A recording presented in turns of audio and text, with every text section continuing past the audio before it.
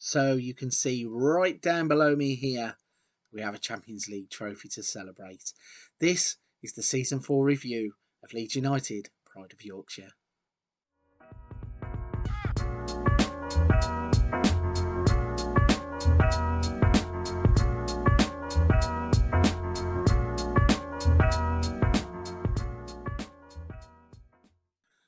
Hello everybody, welcome back to the channel. I'm Lufc Fm22 and a big thank you for joining me on another episode of Leeds United, Pride of Yorkshire. In today's episode, we are simply going to look back at the season that was for the 24-25 season and celebrate that trophy you can see on screen, which is the Champions League. So it was a thrilling game as we beat Inter Milan 3-1 straight up. We put them to the sword in the first half after having a dodgy first 10-15 minutes. We were absolutely rampant and ran away in the Champions League final and brought the trophy home. So let's not waste any time. No need for jumping around in this one. Let's just run straight through the season review and show you everything that has happened. So in terms of players and new arrivals, you can see that our signing of the season goes to Wilfried Singo. Wilfried Singo helps if I learn the players' names, doesn't it? Wilfried Singo scored in the Champions League final, played 37 times at right back, 7.72 average rating. That single goal in the Champions League final and 7 assists mean that he was an absolute steal and was the player that we were looking for really for a while at right back. We have Charles de Ketelaere, £59 million transfer for him. He's played 37 games, scored 7, assisted 3. To be honest, I thought he might have done a little bit better than he actually has. But I suppose it's bedding him into the team, getting him used to teammates, and I think that's a pretty good first season. The next signing, Ryan Gravenberch, £45 million. We didn't pay all of that up front, but he is a player who has struggled really to get into the first team in terms of starts. Made 16 appearances, 10 more from the subs bench. Didn't score, but had 2 assists and a 6.82 average rating. Stefano Sensi, he was a transfer deadline day purchase, a bit of a bargain at £9 million really. Only started 3 games, 9 more from the bench with 1 goal with a 6.82 average rating. Tyrick Mitchell is a player that we bought in again, I think, on transfer deadline day. He was one that we were looking for really in terms of shoring up numbers for homegrown players. He also can do a job when Junior Firpo is out, which happened towards the end of the season. He came in and played pretty well. We have Facundo Fabri. We get an A- for this one because we are pleased with the wages the player has been given, but feel the transfer fee is a little high. He was a wonder kid that was spotted by the scouts. 4.7 million from Boca Juniors. He's been at the club for a little while, played his first 3 games of the season and got a 6.7 average rating. We've then got Brooke Norton-Cuffy.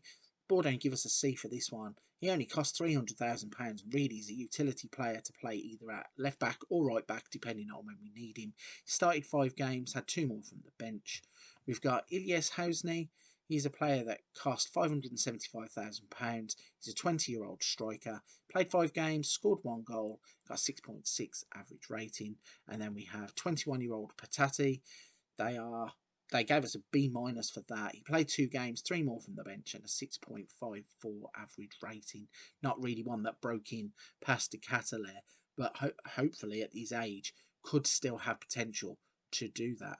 So in terms of a season to remember, United were one of the competition's feel-good stories, defying expectations thanks to an impressive spell of form that began in September, saw them rise as high as 2nd place, were able to celebrate a job well done. So it started us off naturally on the Champions League, but we're going to click across to the Premier League. We get a B- for the Premier League. We finished 4th. Benjamin Šeško, our top goal scorer, with 23 goals. You can see we finished 19 points behind Manchester United, so a lot of work to do in the summer to bridge that gap. I've got a feeling that with the money that is available to us, we are going to need to move players on and maybe go and pinch from a few of the top teams that are willing to sell players that we need. So going across to the Champions League, you can see that our expectations was to reach the first knockout round. Well, we exceeded that. We also went past the quarters, the semis, and we ended up winning in the final. Benjamin Šeško, top goal scorer here again, no surprise there. 6 goals, an A+ in terms of rating, and we actually only lost 1 game in the Champions League all season to Zenit St. Petersburg. That is quite an interesting stat. I didn't realise that that was the only game that we lost. We had a few more draws. We got some green dots here in terms of two-legged affairs, but we did have a few draws in the Champions League. But overall, that is an impressive stat to say that you've only lost once in an entire Champions League campaign. We'll take that. In terms of the FA Cup, we were knocked out by West Bromwich Albion. That one was a bit of a disappointment. Tried to rotate the team and be clever. Lesson learned, don't be clever. Just play the games. Carabao Cup, knocked out in the third round by Liverpool, lost 2-1. We rotated the team that day as well, but put up a really good fight. So it was unfortunate that we lost 2-1, but again, drawing Liverpool in the third round was always going to be difficult. And then we finished runners-up in the Community Shield as well. They reckon it's not important, but a 5-2 loss to Manchester United.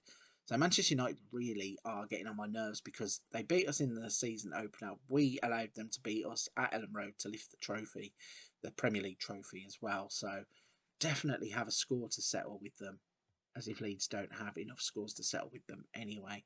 It says, moments to remember. There were times where the fans didn't think it was possible, but some great goals and impressive results made them believe.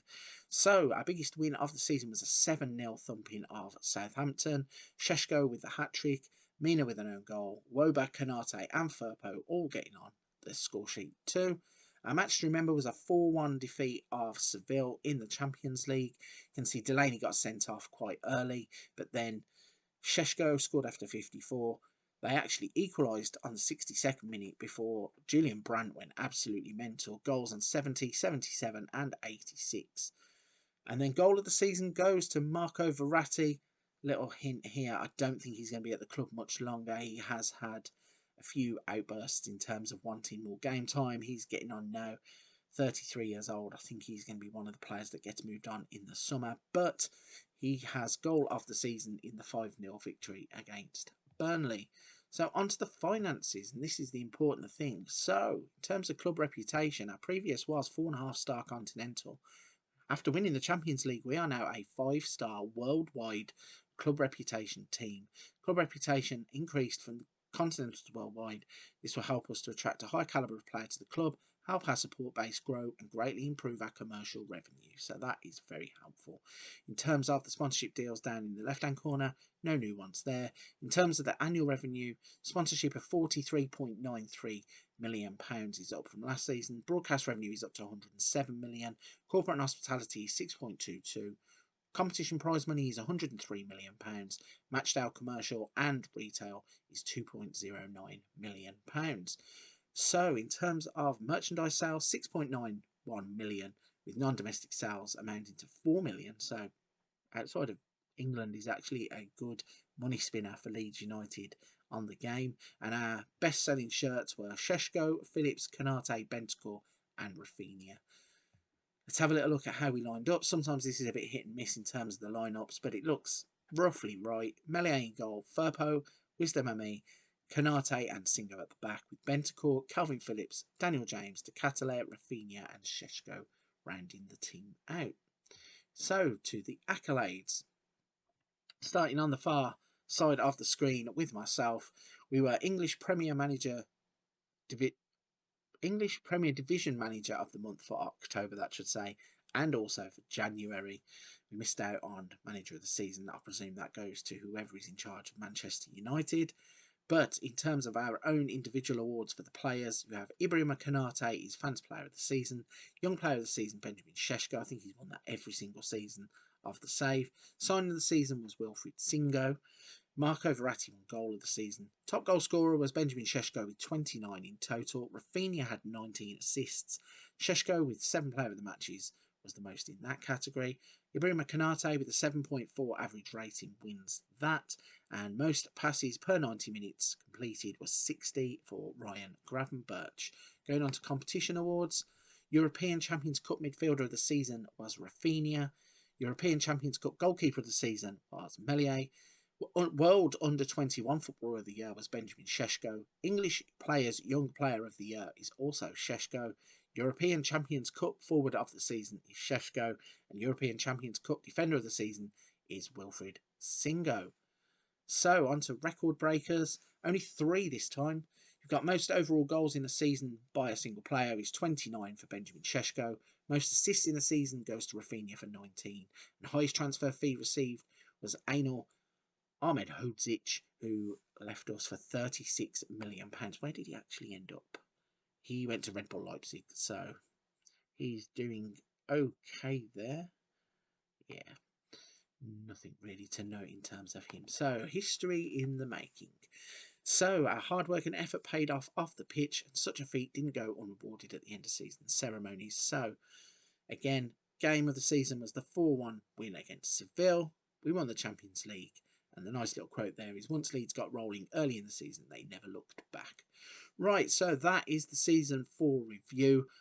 I'm going to end it there because normally I would go and show you what's going on behind the scenes and a little bit of emails and club expectations, but the season actually isn't over. Even though we're reviewing the season, we're kind of in season 4.5 because in just a couple of days' time we are off to Morocco for the World Club Championship. So there is a few games left to go in season 4.5, and we are going to be bringing you those in the next couple of episodes.